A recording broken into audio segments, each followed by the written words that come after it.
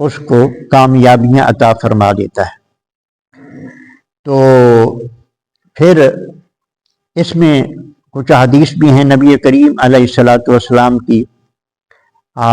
آپ نے ارشاد فرمایا، یعنی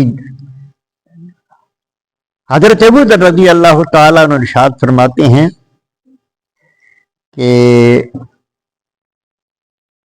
قال رسول اللہ صلی اللہ علیہ وسلم یتلو علی هذه الآیہ ومن یتق اللہ یجعل لہ مخرجا۔ تو وہ فرماتے ہیں کہ نبی کریم علیہ الصلوۃ والسلام نے جب یہ آیت سنائی اور جب حضور فارغ ہوئے تو آپ نے ارشاد فرمایا کہ اے ابو ذر، اگر سارے لوگ اس پر عمل کرنا شروع کر دیں تو یہ آیت ان کے لیے کافی ہو جائے۔ یعنی اگر لوگ ہر معاملے میں تقوی اختیار کریں، اللہ پر بھروسہ رکھ کے صحیح راستے پہ چلیں، کسی پر زیادتی نہ کریں، کوئی ہیرا پھیری نہ کریں، تو آقا علیہ السلام نے ارشاد فرمایا کہ یہ آیت ان کے لیے کافی ہو جائے۔ علامہ قرطبی اس آیت کی تفسیر میں ایک واقعہ لکھتے ہیں کہ عوف بن مالک رضی اللہ تعالیٰ عنہ، یہ ایک صحابی ہیں، نبی کریم علیہ الصلوۃ والسلام کی بارگاہ میں حاضر ہوئے اور عرض کی کہ یا رسول اللہ صلی اللہ علیہ وسلم، دشمنوں نے میرے بیٹے کو قید کر لیا ہے، وہ ان کے ہتھے چڑھ گیا ہے میرا بیٹا، تو انہوں نے قید کر لیا ہے، اور میری بیوی بہت ہی بیمار ہو چکی ہے، اس کے صدمے میں مجھے کیا کرنا چاہیے؟ تو نبی کریم رؤوف الرحیم صلی اللہ علیہ وآلہ وسلم نے ارشاد فرمایا اتق اللہ واصبر۔ آپ نے ارشاد فرمایا کہ تمہیں یہ کرنا چاہیے کہ اللہ سے ڈرتے رہو اور صبر کا دامن مضبوطی سے پکڑ لو۔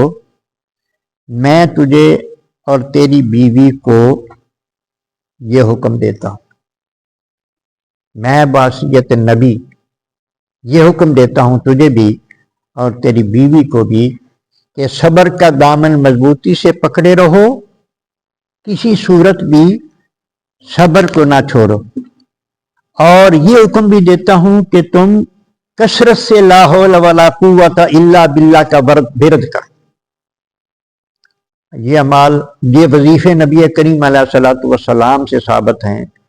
کسی بھی مصیبت کے لیے، پریشانی کے لیے وظیفہ جو اللہ کا نام ورد میں تکرار کرنے میں اللہ تبارک و تعالیٰ کے ناموں میں جو برکت ہوتی ہے وہ بندے کو حاصل ہو جاتی ہے۔ آقا علیہ السلام نے ارشاد فرمایا کثرت کے ساتھ لا حول ولا قوت، اس کا ورد کرو دونوں میاں بیوی۔ وہ صحابی ارشاد فرماتے ہیں کہ ابھی تھوڑے دن ہی ہوئے ہم نے اس کا ورد خوب کیا تو اللہ تبارک و تعالیٰ نے ہمارے لیے نجات کا راستہ بنا دیا۔ ہوا یہ کہ وہ جو دشمن تھے وہ غافل ہو گئے، میرے بچے کو موقع مل گیا تو وہ وہاں سے فرار ہو کے آ گیا۔ تو نبی کریم علیہ الصلوۃ والسلام نے یہ ارشاد فرمایا کہ جو اس آیت پہ عمل کرے گا، یہ آیت اس کے لیے اللہ تبارک و تعالیٰ کی طرف سے یہ آیت کافی ہوگی۔ وَيَرْزُقْهُ مِنْ حَيْثُ لَا يَحْتَسِبُ، ایک یہ ضمانت بھی دی، جو تقوی اختیار کرتا ہے، جو پیٹ کے لیے ہیرا پھیری نہیں کرتے، کہتے ہیں جی جھوٹ بولے بغیر تو سودا ہی نہیں بک سکتا جی، ہیرا پھیری۔ نبی کریم علیہ السلام نے ارشاد فرمایا جو اللہ کا تقوی اختیار کرتا ہے، اللہ کی نافرمانی چھوڑ دیتا ہے، اللہ تبارک و تعالیٰ اس کو ایسی جگہ سے رزق عطا کر دیتا ہے کہ اس کا گمان بھی نہیں ہوتا، سوچ بھی نہیں سکتا اللہ تعالیٰ نے کہاں سے اس کو رزق دے دیا۔ وَمَن يَتَوَكَّلْ عَلَى اللَّهِ فَهُوَ حَسْبُهُ، اور جو اللہ پہ بھروسہ کرتا ہے اللہ اس کے لیے کافی ہو جاتا ہے۔ جو ہوتا نا بندے کسی وقت کوئی مصیبت آ گئی، کوئی پریشانی ہے تو وہ کہے کہ یا اللہ میں یہ معاملہ تیرے سے پڑھتا تو پھر تیرے سپرد کر، وَأُفَوِّضُ أَمْرِي إِلَى اللَّهِ، میں اپنے معاملات اللہ کے سپرد کرتا ہوں۔ اللہ پہ بھروسہ کر لے اور تقوی اختیار کرے، اللہ نے فرمایا اس کے لیے میں کافی ہو جاتا ہوں۔ اللہ کرے ہمیں اس بات پہ یقین. ان اللہ بالغ امرہ، بے شک اللہ تبارک و تعالیٰ اپنا کام پورا کرنے والا ہے. قد جعل اللہ لکل شیء قدرا، بے شک اللہ تبارک و تعالیٰ نے ہر چیز کے لیے اندازہ مقرر کیا ہوا ہے. ہر چیز کے لیے اللہ پاک نے اندازہ، وقت کا اندازہ، ہر چیز کا اندازہ اللہ پاک نے مقرر فرمایا ہوا ہے. اللہ پاک سمجھنے کی توفیق اور عمل پیرا ہونے کی توفیق عطا فرمائے.